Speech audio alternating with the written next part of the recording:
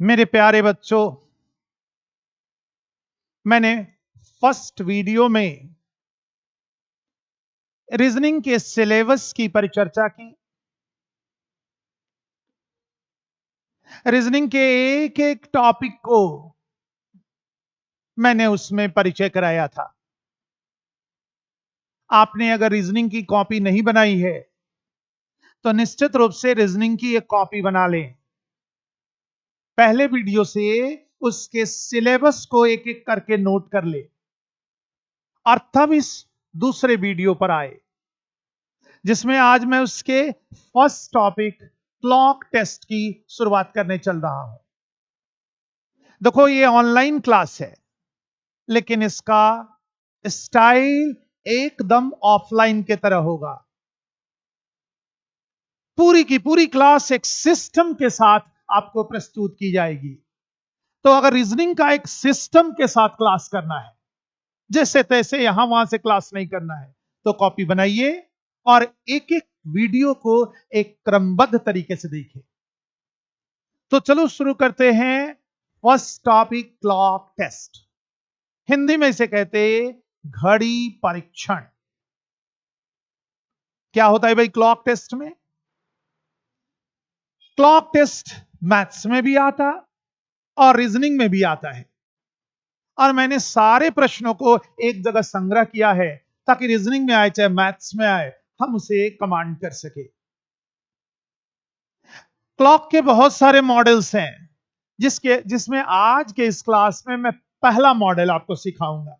आसान सा मॉडल। शुरुआत हमेशा आसान मॉडल से किया जाता है ताकि आपका कॉन्फिडेंस बढ़े।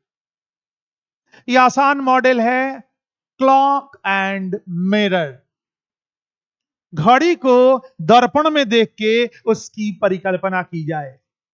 जैसे ये हमारे पास एक क्लॉक है और ये एक मिरर है, और हम इस मिरर में देखेंगे और इसके संदर्भ में हम परिकल्पना करेंगे। क्लॉक और मिरर के प्रश्नों को सीखने के लिए सबसे पहले दो आइडिया अपने दिमाग में रखो कि घड़ी का डायल हमेशा 12 घंटों का ही होगा। 24 घंटों की डायल वाली घड़ी हमारे कॉम्पिटिटिव एग्जाम्स में नहीं पूछी जाती।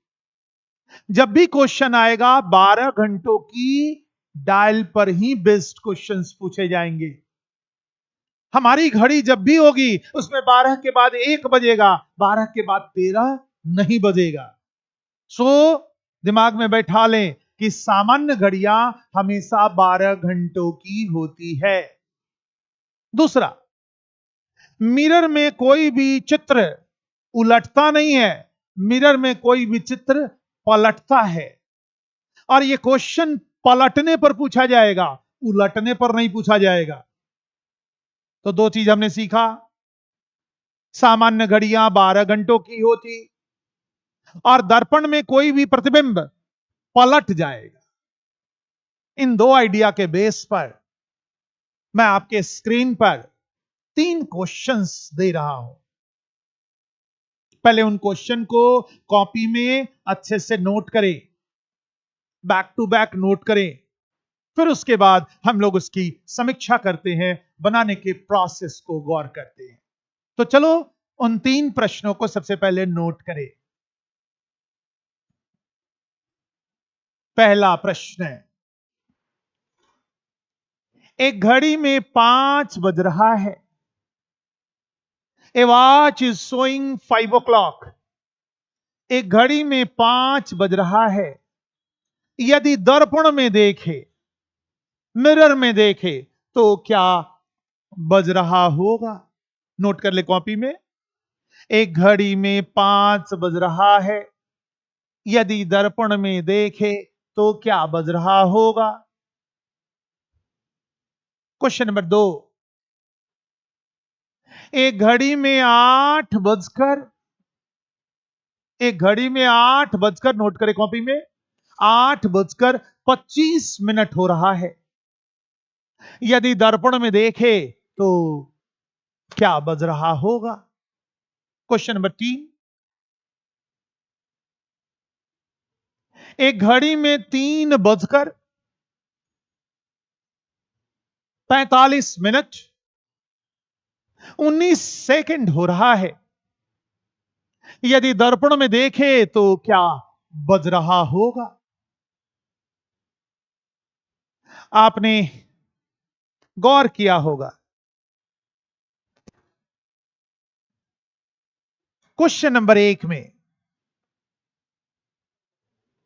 सिर्फ आवर दिया गया है, घंटा। मिनट और सेकंड इसमें नहीं है। दूसरा में आवर भी है, मिनट भी है, लेकिन सेकंड नहीं है। क्वेश्चन नंबर 3 में आवर भी है, मिनट भी है और सेकंड भी है। क्वेश्चन 3 ही मॉडल का आता है, सिर्फ आवर वाला, या आवर और मिनट वाला, या आवर मिनट और सेकंड वाला। अगर सिर्फ आवर वाला दे, मिनट और सेकंड इसमें नहीं दे, तो 12 में से उस टाइम को माइनस कर लेंगे और आंसर की परिकल्पना कर लेंगे। अगर क्वेश्चन में आवर हो, मिनट हो, लेकिन सेकंड ना हो, तो 11:60 में से उस टाइम को माइनस करेंगे और आंसर कैच कर लेंगे।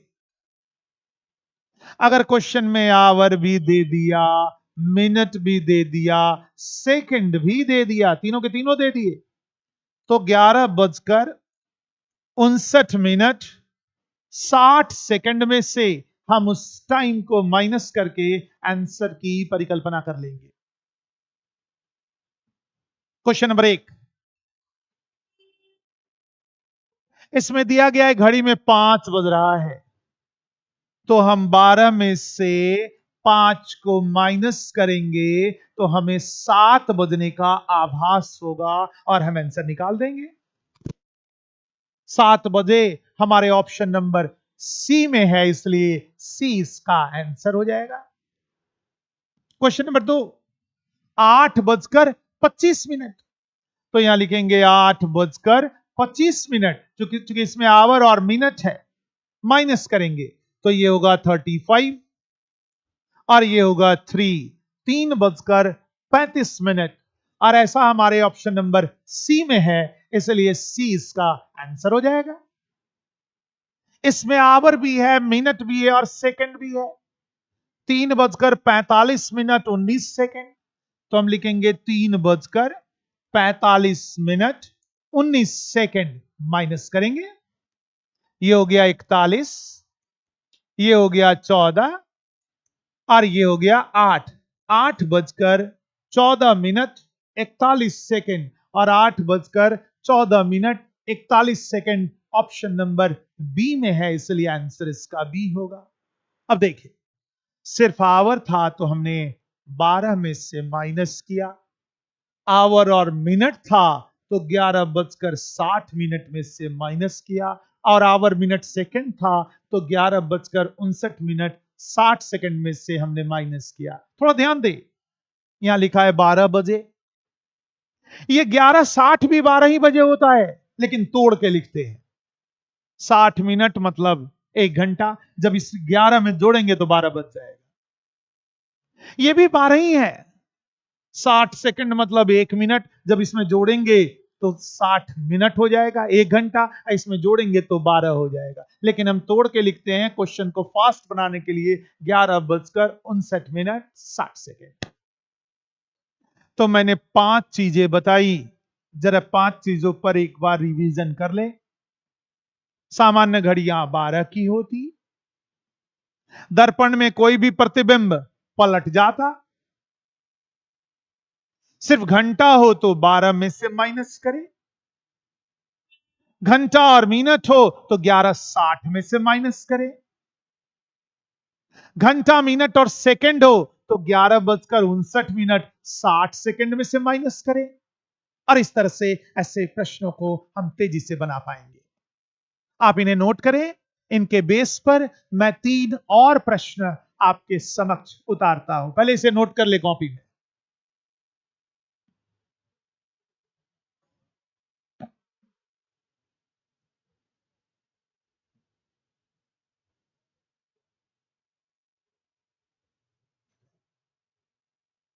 मुझे उम्मीद है आपने नोट कर लिया होगा।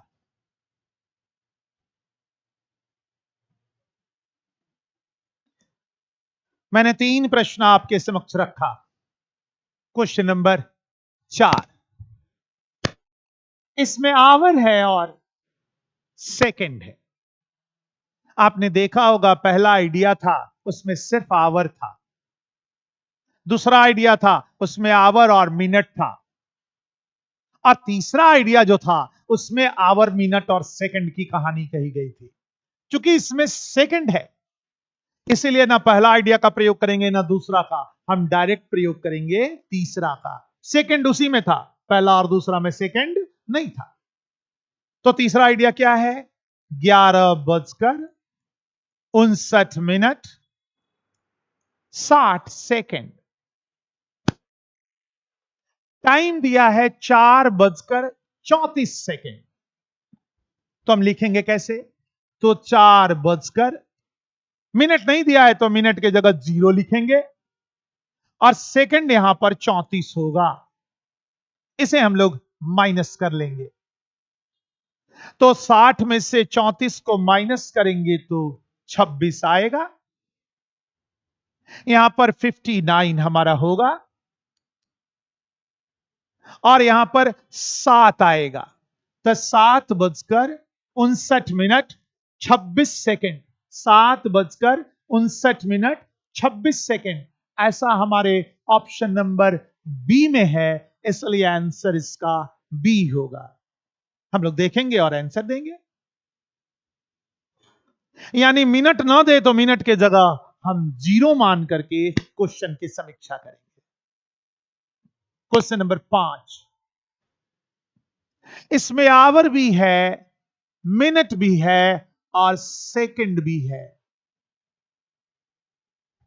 अगर तीनों दिया हुआ रहे तो 11:59 में से अब हमें माइनस करना है 12:36 को। अब आप कहोगे कि सर 11 में से 12 को कैसे माइनस करें, ये तो माइनस में चला जाएगा। तो यही ध्यान देने की चीज है,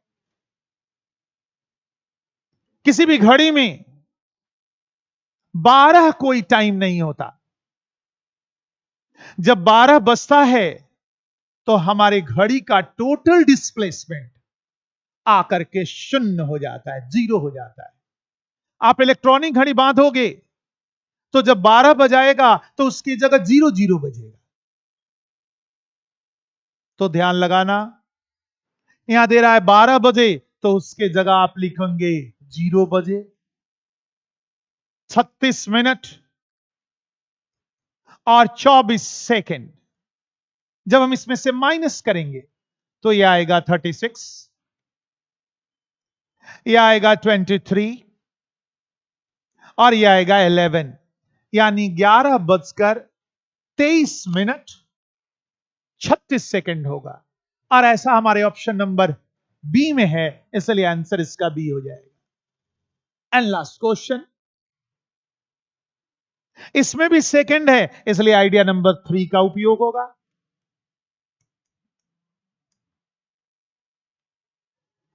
टाइम है 12:19। अभी मैंने सिखाया जब 12 बजता है तो हमारे सामने 0 बजता है। मिनट नहीं दिया है तो मिनट को 0 मानेंगे, 19 सेकंड का 19 सेकंड लिख देंगे, माइनस करेंगे तो ये 41 होगा, ये 59 होगा और ये 11 होगा, यानी 11:59 और 41 का हमें आभास होगा और हम लोग इस तरह से आंसर दे देंगे। 11:59 ऑप्शन नंबर सी में है, इसलिए आंसर इसका सी होगा। मैंने इस पूरे क्लास में आपको 7 आइडिया दिया, मेरे सातों आइडिया को मेरे साथ रिवाइज करो। पहला, सामान्य घड़ियां हमेशा 12 की होती। दूसरा, दर्पण में कोई भी प्रतिबिंब पलट जाता है। तीसरा, सिर्फ घंटा हो तो 12 में से माइनस करो, घंटा और मिनट हो तो 11:60 में से माइनस करो, घंटा मिनट और सेकंड हो तो 11:59 में से माइनस करो, मिनट ना दे तो मिनट के जगह 0 लिख दो, और 12 बजे आए तो हमेशा उसे 0 मान करके हम लोग सॉल्व करेंगे। मुझे उम्मीद है मेरे सारे आइडियाज को अगर आपने कॉपी में नोट कर लिया है, इन प्रश्नों को 3 बार 4 बार अगर आपने कॉपी से रिवाइज कर लिया है, तो मैं दावे के साथ कहता हूं कि क्लॉक और मिरर पर जितने भी क्वेश्चंस पूछे गए, एक भी आपको प्रॉब्लम नहीं करेगा और आप आसानी से आंसर कर देंगे। तो इसी के साथ क्लॉक और मिरर आज समाप्त होता है। नेक्स्ट डे हम आपको नए क्लॉक पर बेस्ड मॉडल पर ले चलेंगे। जय हिंद।